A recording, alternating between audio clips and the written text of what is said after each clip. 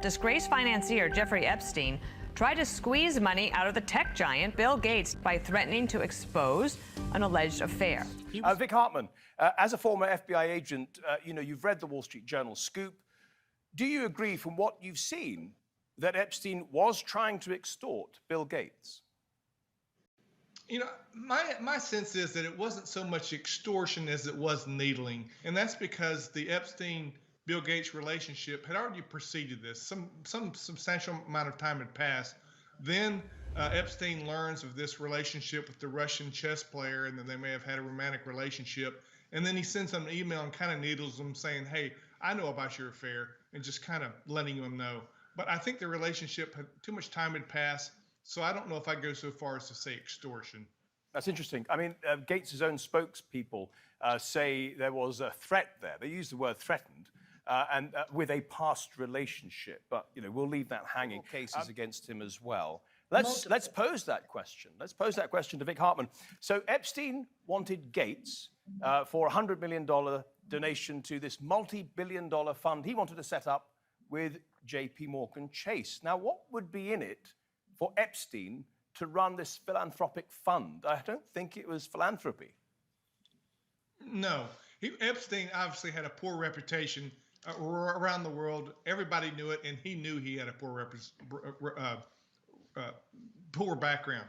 And so what he was trying to do is resurrect this. He wanted to make himself look better for the public. So if he's associated with Bill Gates, if he could get this philanthropic foundation, this charitable foundation up and running, then that would help restore his bad reputation. Any money in it for him? I think there would be some fees maybe associated with it. I think the money wasn't so much. He was already a wealthy individual. It wasn't the money. It was trying to restore his reputation, being associated with a charitable foundation. And if he had Bill Gates in it, that would just rocket it up to a great reputation, to a great notoriety for him. And it wouldn't have just been the $100 million. It would have been his name, Gates's name. That would have been a hook to bring in others? Yes. Bring in others. The foundation would then have worldwide recognition, and now maybe his reputation, his bad reputation, might diminish in some way. I think that was his objective. Yeah. Of course, Gates didn't give the money, a wise decision. Do you think that having control of that fund, multi-billion-dollar fund, which is what he was hoping for, along with J.P. Morgan Chase, would have given him power as well, Epstein? We're giving him power, maybe another source of money. Yeah. But I think it's just the reputation, and putting Bill Gates in there, and then he would get others into it. It was going to be with J.P. Morgan. So it would really just try to restore his reputation. Okay. Let's turn to the Deutsche Bank settlement that happened last week. Vic Hartman, as a forensic accountant, you've been taking a look at this story. Do you see any red flags in Jeffrey Epstein's activities with Deutsche Bank that should have been picked up? Oh, absolutely.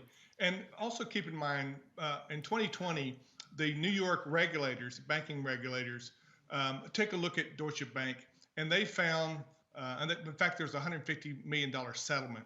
So there you have a regulator reviewing all the facts. They had discovery. They looked at the emails. They interviewed lots of people, and they settled with Deutsche Bank for $150 million. So it's really the same factual predicate that's now the $75 million settlement, and it's a class action, and it hasn't been approved by the judge, but it probably will be. But underlying this is you have Epstein, the sex trafficker, and he is the benefactor of all this with all these young girls. And it was really like a sex pyramid scheme, and that he would recruit a girl, pay her, and then that girl would go out and recruit more, and they would recruit more, and they would recruit more. His addiction to young women was several women a day, every day of the week for years and years. What fed all this was cash. You can't do this without cash. He's not paying wire transfers. He's not writing checks. He needs cash. And the regulators in New York found that over a 4-year period, he withdrew, actually through his attorney, $800,000 in cash. That's on average $200,000 a year. Now, when you pull large amounts of cash from a bank, there's this regulatory framework, and the banks have to file CTRs, cash transaction reports, or suspicious activity reports. In the case of Deutsche Bank, they were not filing these SARs, these suspicious activity reports. So his attorneys were withdrawing like $7,500 2 or 3 times a month, then giving the cash to Epstein. it's almost certainly that this is the money that was feeding this sex pyramid.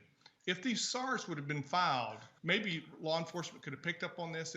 There was red flags where they should have filed it and did not. Right. But if they would have filed it, maybe law enforcement could have got to this quicker. Vic, one of the spokespeople for Deutsche Bank has declined to comment about the settlement, but he has said it made considerable progress in remedying a number of past issues. And we do know that Deutsche Bank has invested $4 billion to improve its controls. Do you think these are substantive and real changes at the bank? Well, first of all, that is a significant investment, and I do think they have a genuine interest in trying to change things. However, after every one of these settlements, the banks always go back and say, well, we've made changes. This isn't going to happen again. And yet it happens again and again.